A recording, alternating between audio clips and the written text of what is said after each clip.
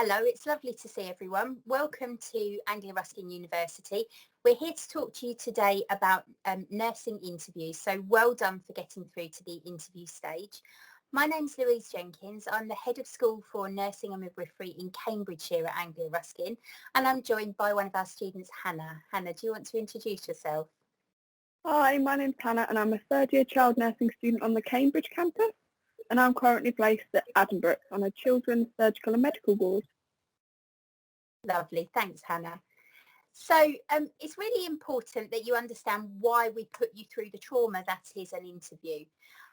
First of all, it is a professional requirement. So the Nursing and Midwifery Council, which is the governing body for all nurses and midwives, require that anyone who comes into a course that will lead to registration with them is subjected to an interview.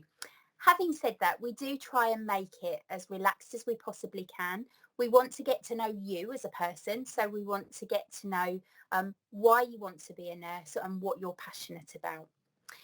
We need to understand your motivation. So why do you want to be a nurse? And we need to understand your values and your personal qualities.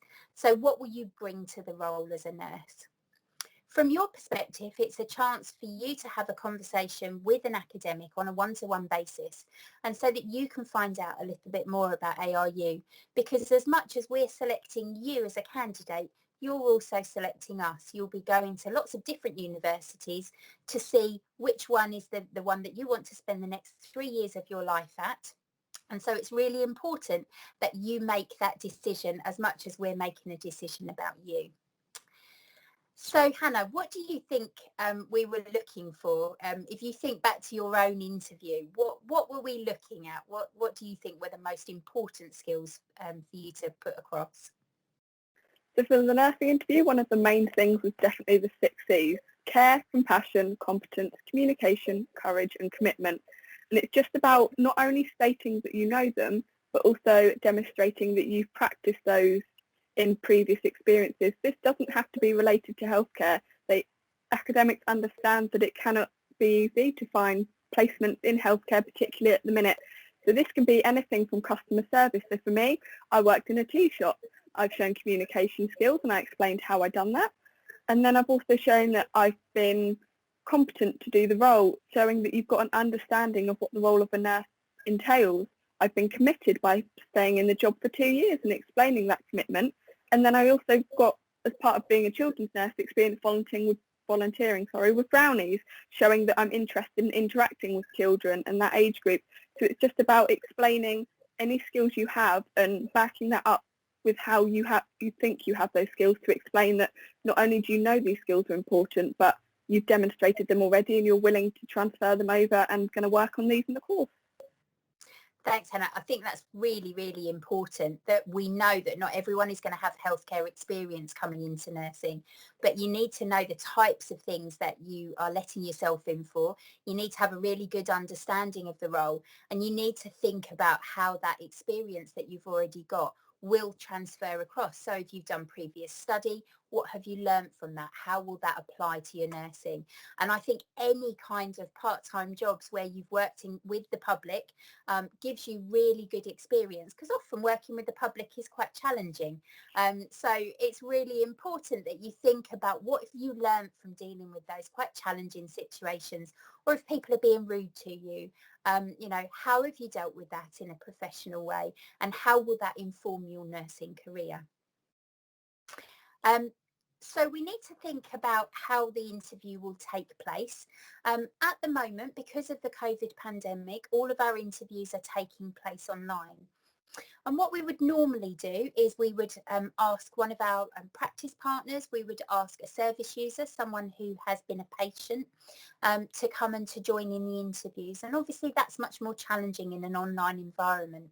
But what we have done is asked our service users and our practice partners to give us some scenarios, to give us some questions about what they would like to ask. When it comes to the interview, you'll be allocated an hour time slot, and all the interviews will take place now online using Microsoft Teams. So we'll send you an email before your interview with a link. You need to click on the link and make sure that you're there ready and one of our academics will be there to talk you through the process. When we meet you, as we would if we were doing a face-to-face interview, we will need to check that you are the person who's applied.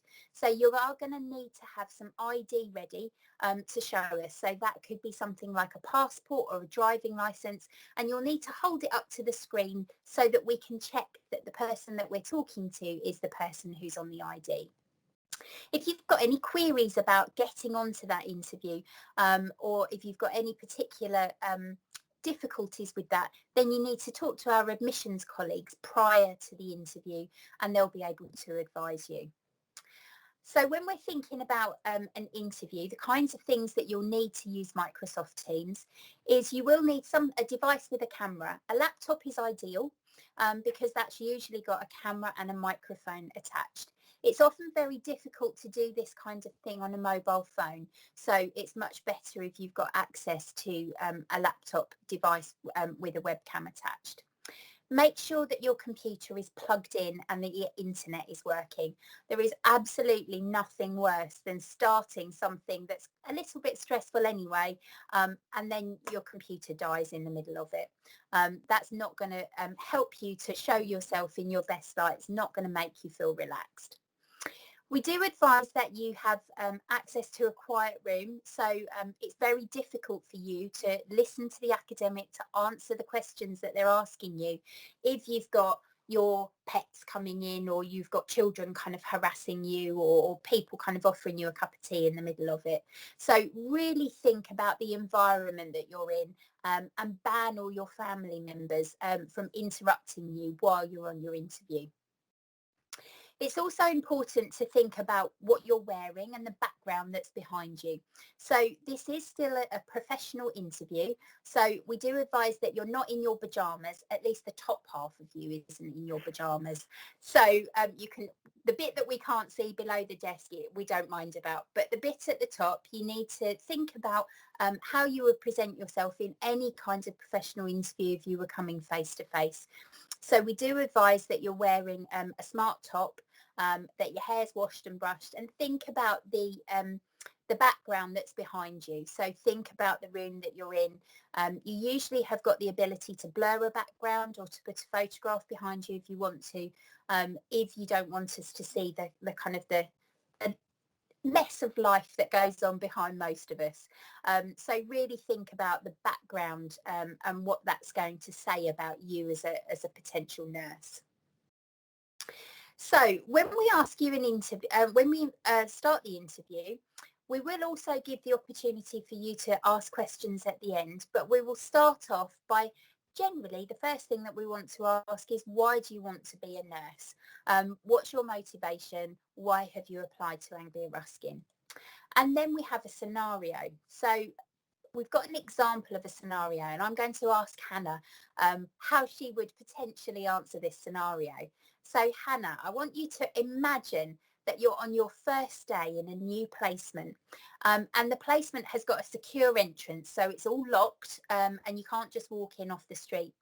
And as you go to walk into that placement area, a young woman comes up behind you, and she says, "Oh, I'm a patient on this ward. Can I just come in?" What would you say to her? So first of all, you've got to make sure how you come across is coming across in the right way. You don't know who that lady is, and as much as she's telling you she's a patient from the ward, you need to respectfully tell her that you would like her to wait behind the door, because you cannot verify who she is. She could be who she's telling you she is, but you need to confirm that, because it's secure. It's a secure unit, and it's a secure unit for a reason. So you need to make sure she is who she is. So it's about making sure that you are informing her in the nicest way possible, being like, "I understand what you're telling me, but please could you just wait outside the door until I can talk to someone inside who knows who all the patients are and everything like that, just so I can make sure that everyone is kept safe within the unit." And it's about making sure you're being respectful to her and making sure you're not hurting her feelings in any way, or not escalating the situation so it can become out of hand, but also understanding that it's a secure unit, and as a student on your first day of placement, you don't know who that person is. So it's about making sure you're making the right choices, but also feedbacking those in the right way to the patient and then onto the unit. That's lovely. Thanks, Hannah.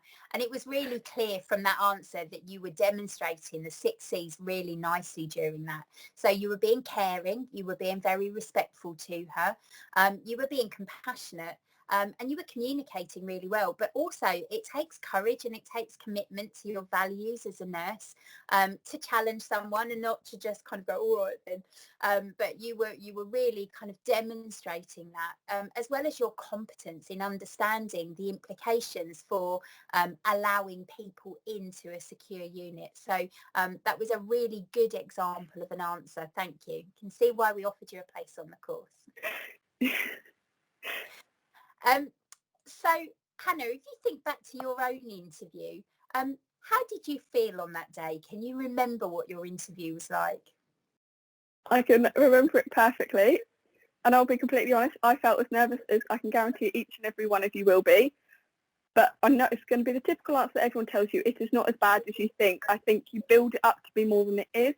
And I would honestly just say all of your research that you do, that you feel that you forget, comes in handy. And actually everyone is going through the same thing as you. It is nerve-wracking, but as soon as you get to speak to the lecturers, it suddenly feels so much more comfortable because you realise it's not like a strict interview. It's kind of more like a general conversation for them to get to know you.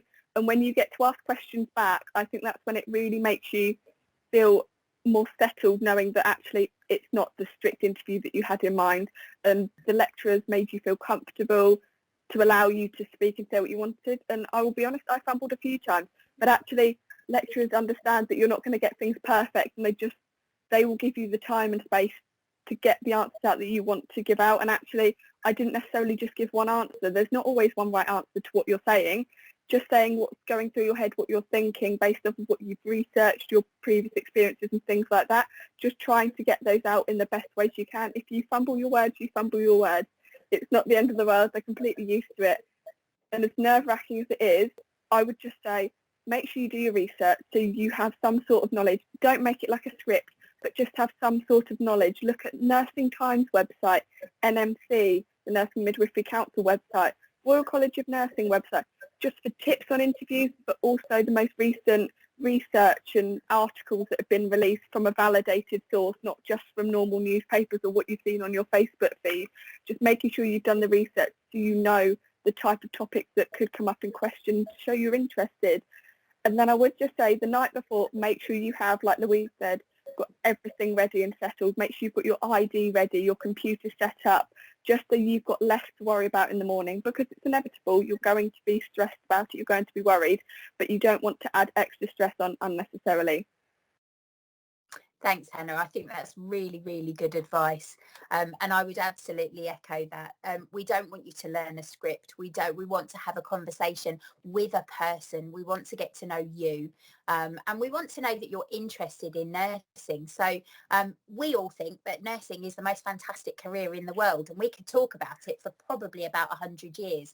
And we want to know that you're interested too. We want to know that you are passionate about this, that you've really thought about this, about what you're going to bring to it, and that you've got a really strong sense of wanting to do your absolute best for all of the patients that you're going to meet. So that passion and that interest is really, really important. Have you got any final tips for people, Hannah, about an interview? I would say a final tip, ask lots of questions to the lecturers as well, because it's very much about you learning about the uni, like you said. And actually, I feel that this is one of your few opportunities to ask direct questions towards one person to find out more and ask the questions that you may not have thought about on the open days. You may not have thought about previously or considered prior to the interview. Make sure you ask all of those questions. You can't ask too many questions. You just need to learn as much about the uni as you can.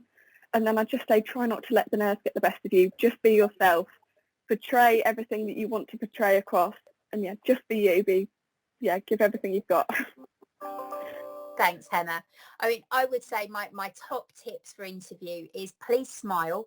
You know, don't be completely terrified of us. We absolutely are not going to bite.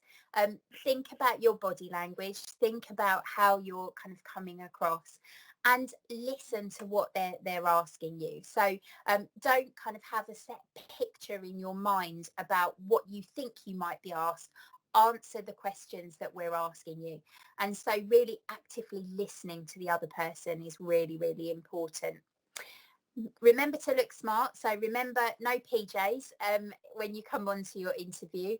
And as Hannah has said, ask us lots of questions. Make sure that you've got that ID ready, and make sure that you're there in plenty of time, even a little bit early, so that you've got the opportunity to check all of the kind of technical issues, so that that doesn't add to your stress for the interview. So what happens next? After you've had your interview, we will let you know whether you've been successful or not via UCAS. So you need to go onto UCAS track and you will see if you've been successful. We aim to update that within 3 working days of your interview. So we like you to know quite quickly. We know it's quite stressful and you're going to be checking those emails every 5 minutes to see if you've been successful. So do have a look on that UCAS track. If you haven't been successful, please don't be disheartened. All of the interviewers will give you feedback on what you've done well and what you needed to improve. So if you haven't been successful this time, ask for some feedback and really think about what that feedback is and how you can use that to improve next time. We do have people that are not successful one year and they go away, they maybe, and it's often an understanding of the role of the nurse is the reason that people have not been successful. They go and they get some more experience and they come back and see us later the following year. If we do offer you a place, you'll need to accept it via UCAS track. You'll need to think about where you're going to live and your accommodation. So start to look on our website, think about where you're going to live.